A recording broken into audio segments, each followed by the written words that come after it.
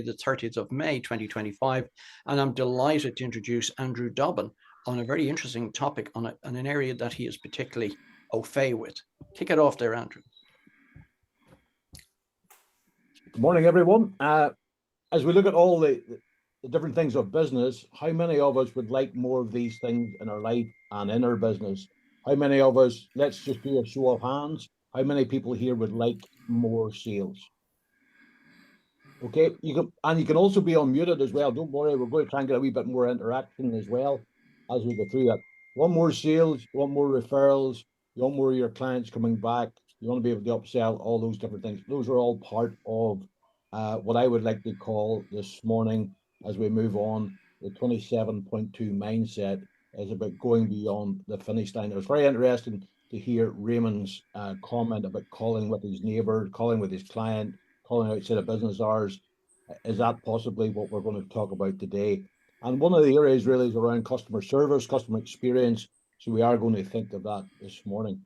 So if you think I've got this where you have to unmute, folks, I want a wee bit of interaction when you just shout out. So if you think about going into your local coffee shop and you pay, I'm using €3.95, maybe that's cheap for coffee in some parts of Ireland, maybe it's more, but what do you actually expect for €3.95?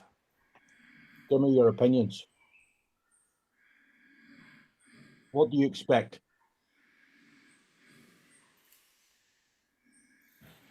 I need you to speak to me here. Yeah, I know what I'd like to expect, but I think our expectations have been beaten down by coffee shops, quite honestly. But for €3.95, what are you expecting when you go there? Very little. A large latte with a shot of caramel. Okay, all right, excellent. What else? Large coffee with a biscuit. Okay, excellent. About a bit of decent customer service. Yeah, customers. That's what I think we've been beaten down. I don't think we expect that anymore.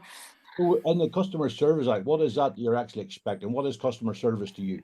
It's a friendly person who makes himself available and is helpful, and it makes my whole experience there good. Smiling, welcoming. Eye contact with it. Thank you, Anna, please. Okay. I expect a surly young person with a bad attitude who cocks up the coffee, serves it to you spilled, couldn't give a monkey's, and that honestly is my current experience of most coffee shops. And that's why I'm saying our expectations have been beaten down. Yep, very beaten down. Yep, very beaten down. I know what I'd like to expect for $3.95, but what I actually you're getting something in Circle K, no? So if you just think of that, so here's an interesting thing. If you take your lowest end products, so Raymond this morning talked about his products and how much he wanted to spend and the type of client he wanted. Raymond, would you mind sharing just a little bit about that sort of limit spend you want from a client? Do you mind sharing that? I wouldn't give you the limit, but what I'd say, if that's all right, because that's one of the few things that we do keep to ourselves when we have a chat. But certainly what we're doing is we're trying to, unless it's a particularly large sole trader, let's put it like that. We're looking for limited companies. We're looking for companies with a number of employees greater than 5. We're looking for companies who are looking for the bookkeeping, payroll, and company account. So we get the complete package. So that'll give you a good idea that the fees are not just sole trader and income tax returns, because we have ample supply of those, or we feel. So what I would like you to do, just in the chat box, just put in the chat box, what's the lowest figure you charge for a product?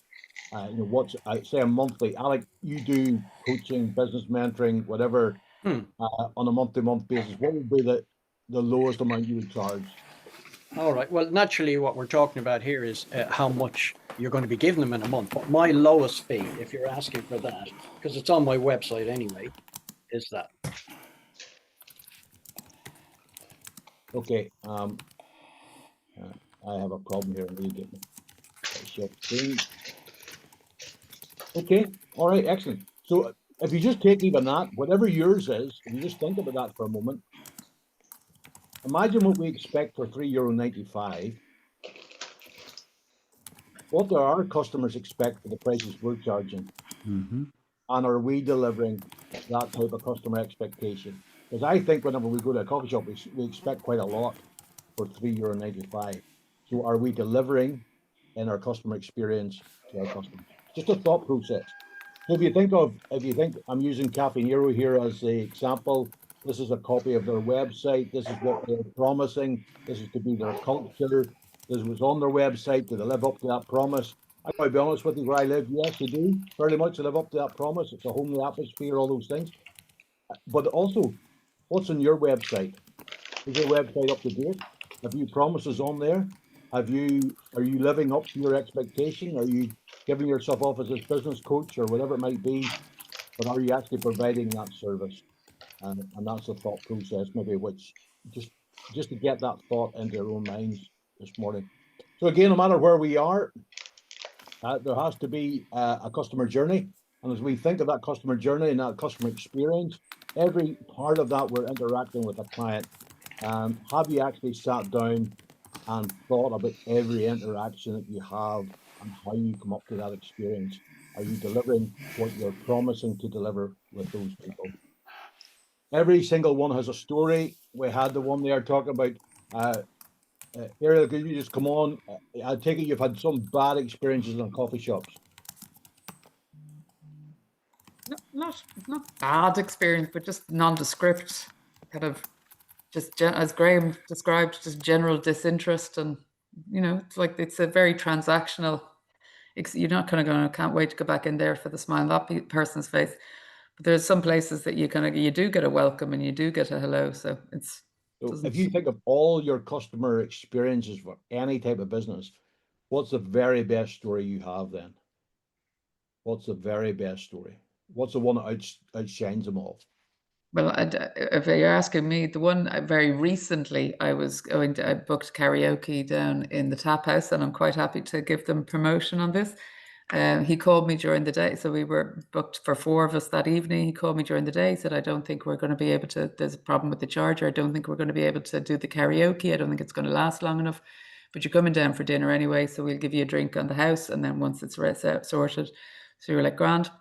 He came over, we were having dinner, he came over, he said, oh, hi, how's it going? Kind of looked for me. And he said, it turns out it is going to work. The karaoke is going to work. But he gave me, went to pay for it later, and he gave me a discount of something like 25% or 15%, I can't remember. And then we got the karaoke. I was kind of delighted with myself. And when we had finished up, we'd paid our bill and all that kind of stuff. They actually still came in with a round of drinks for us. And I just thought, this guy's gone way over and beyond to rectify the fact that we might not have had the karaoke. So we got all the experience and we're very well taken care of. And I've been telling people left, right and centre ever since. So there you go. Great story. And we all have those stories. We might have some bad stories. We might have some good stories in that. One of the most famous groups of people was the Romans. Glad to see Vincent on here. What were the Romans famous for, Vincent? Romans were famous for, well, building roads. Like history itself is based on what the Romans did. So Romans other people. Second degree civilization after the Greeks. I could go on. They were also famous for roads. They were famous for murder. They were famous for pavements, water, citizenship. I feel Monty water. Python sketch. Like what did the Romans ever do for us? It's interesting you mentioned the roads. I looked up one of the Britannia book, and it said that they had made 50,000 miles of road. So they had 50,000 miles of road, so they're famous for that. Which then brings me to another point. There was one law that they had which was very interesting. So if you throw yourself into some of the countries that they took over as a little boy, they could demand, the Roman centurions could demand that you carry their backpack, their armor for 1 mile. And that was the law. Only 1 mile, that was all it was asked of you, but you had to do it. You were compelled to go that mile as such. And that was another thing around the laws. That's what it was. The reality is, though, whenever you get that and you're asked to carry that, there's 3 things that you could be demanded of, or you could do. You could, number 1, rebel against that. And if you think of that from a customer service point of view, how many times do you get into that coffee shop, you get into that supermarket, and there's people who are rebelling against the service that they should be giving to you? And I just wonder, as we think of our own businesses, how do we respond to that customer service. So we think of the rebel or the person who's active resistance or the person who disrupts that customer experience. That's what they're doing. Or you might just be the person who resents it. We all know that person. I think whenever you come to the counter, are too busy talking to somebody else to look after you. They're too busy in their own interest rather than you. They're not focused on you as a client. And there's just that person who's quite dissatisfied, and you just do enough not to get fired. And we see them all the time. And that's the type of thing when we come to that coffee shop we're disinterested in, they're disinterested in us. It's just nondescript is what the comment you made earlier. Or the reality is we could reframe it. So you imagine going back to the little boy who's asked to carry the armor of the Roman centurion. If he rebelled, what would happen to him, Vincent? Oh, probably off with your head. Off with your head, whatever it might be. You might be resentful. You're walking along and all you can think of is, do I have to do this? I have to do this. Don't want to do it. Or you could reframe it. And that thought could be, imagine, and I don't know if this will work out or not, but imagine I'm going to walk with this guy from Rome. He's likely to be in many countries. I wonder what his family life's like, what's other countries like. You could reframe it and use it as a different thing. So just imagine in our customer service, whether rebel, resent it, or reframe it. So the person who reframes it is the person who just embraces that customer experience mindset and seeks continuous improvement.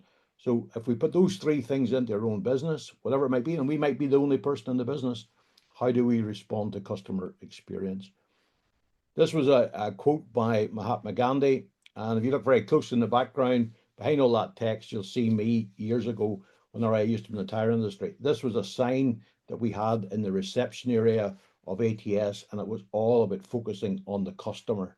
Okay. Sorry, Andrew, can everybody see your screen, or am I the only one who can't see I can't see the PowerPoint for some reason. All right, okay. Okay.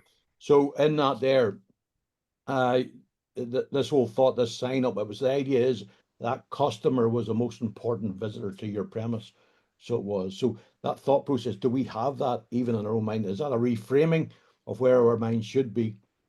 Now we had, we talked about marathons, we talked about going the mile, but you know, in many ways, that customer experience is that 1 mile experience, if you want to call it that. But in real terms, I think in today's world, it is a marathon in so many ways. People expect a lot more from us than just a 1 mile experience or 126.2 experience. So many ways. By the way, that photograph was taken in 2012, I think it was. But one of the people I believe who really seem to live that out, who seem to deliver a better service than what sometimes we expect, in some ways is Amazon. In some ways, we see how they control our spend, one click right through. They make everything easy. The one story I have was I remember ordering 4 top-end mugs for someone for a wedding gift, sent them off to them, put in the text message, email, so they would get notified as soon as they were delivered. The goods were delivered. A friend rang me, says, thanks very much for the gift. I got notification that they were delivered, but when I looked, they weren't there. I went, okay. He says, what address did you send them to? I'd sent them to his previous address. I rang Amazon. I said, look, can you do anything for me? Can you go and collect them? Whatever. What is there anything you can do? It's my fault. I was very clear it was my fault. And the woman come back on the phone. She says, that's a credit off your account. Just go ahead and reorder it to the correct address. Thank you very much. So I got 4 mugs free of charge. It didn't cost me anything. So for me, they went above and beyond. For me, they're that marathon in doing that. There's a quote in the Bible that says, and whosoever shall compel you to go a mile, go with them twain. That's the thought. That's where the whole thing comes from about going the extra mile. That's where it comes out. It comes out of the Bible, actually, that thought process. But it's because of that law with the Roman centurions. That's where that came from. Roman centurions were compelling. And what Christ was saying was, don't get caught up in the mile. Take the love approach. Go extra. Don't get caught up in the 1 mile. Go the 2nd mile. And that's why whenever we think of going the extra mile, that's how we get to 27.2 today. We've moved from a mile to a marathon to 27.2. So what is extra, going the extra mile? I believe it's the unadvertised. I believe it's the unpaid. I believe it's the unexpected. But it's also a thing you get to do. You don't have to do it. It's a different mindset and a different attitude for that. So what is that extra mile? For me, Cafe Nero, one day I went in bad form one day, sat down with a friend and he made a joke to one of the staff, Andrew's in bad form today, making a joke of it. And I said, look, you don't need to tell everybody. Within a couple of minutes, the barista come down, brought us each down a little chocolate that we could eat on, and said, there you are, that'll put a smile on your face for the day. Just a little extra, little difference. Didn't have to do it. It was on advertised. It was free of charge, all the rest of it. But for me, that was a little bit of having a 27.2 mindset. So what's going to be your 27.2? What's your extra mile? What's the unadvertised? What is it for you that you do that's different, that's going beyond some of the things we've talked about? It's just this to get us thinking about this morning. George Bush, he said, we can find meaning and reward by serving higher purposes than ourselves, a shining purpose, the illumination of 1,000 points of light. We all have something to give. He created a walkway which is 1 mile long in Washington, and I think it's 33 medallions, golden medallions of people's names on it, of people who've made an outstanding contribution to society. Now, if there was going to be a 34th one, what would that be? Would your name be on there? If it was going to be your name, what would it be for? How are you making an outstanding contribution to society or to your customers? What is that extra mile for you this morning? So that's me, Andrew Dobbin. It's a quick run through. That presentation could be used in a workshop where you could work with staff. That's where I am. Thank you very much, folks, for taking the time this morning. Thank you very much, Andrew. Much appreciated.